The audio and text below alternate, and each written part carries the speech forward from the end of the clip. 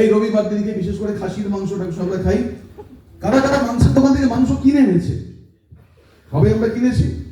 একটা ঘটনা বলছি, এটা কোনো সত্যি মিথ্যে ঘটনা নয়, এটা আমার বানানো, মনে করুন, কল্পনা করুন।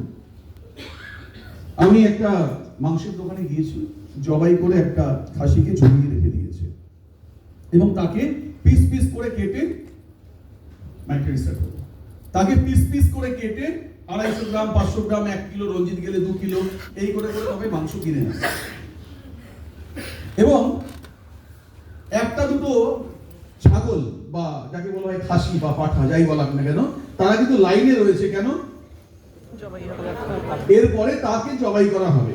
এটা এই দৃশ্য দেখেছেন কখনো? এবং তারা কিন্তু এমনি বসে নেই, তাদের সামনে কিছু ওই কাঁঠাল পাতা বা কিছু খাবার তাদের দিয়েছে, তারা মনে সুখে খাচ্ছে আর ওয়েটিং এ আছে যে এরপর তাকে কাটবে।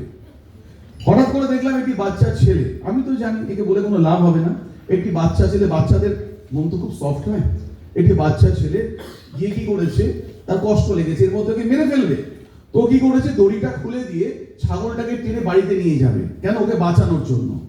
এটা আমি চোখে দেখছি দাঁড়িয়ে দাঁড়িয়ে। হঠাৎ কি হলো জানেন? ছাগলটা খাওয়া টাওয়া সব ছেড়ে বাচ্চাটাকে গুঁতোতে আসছে।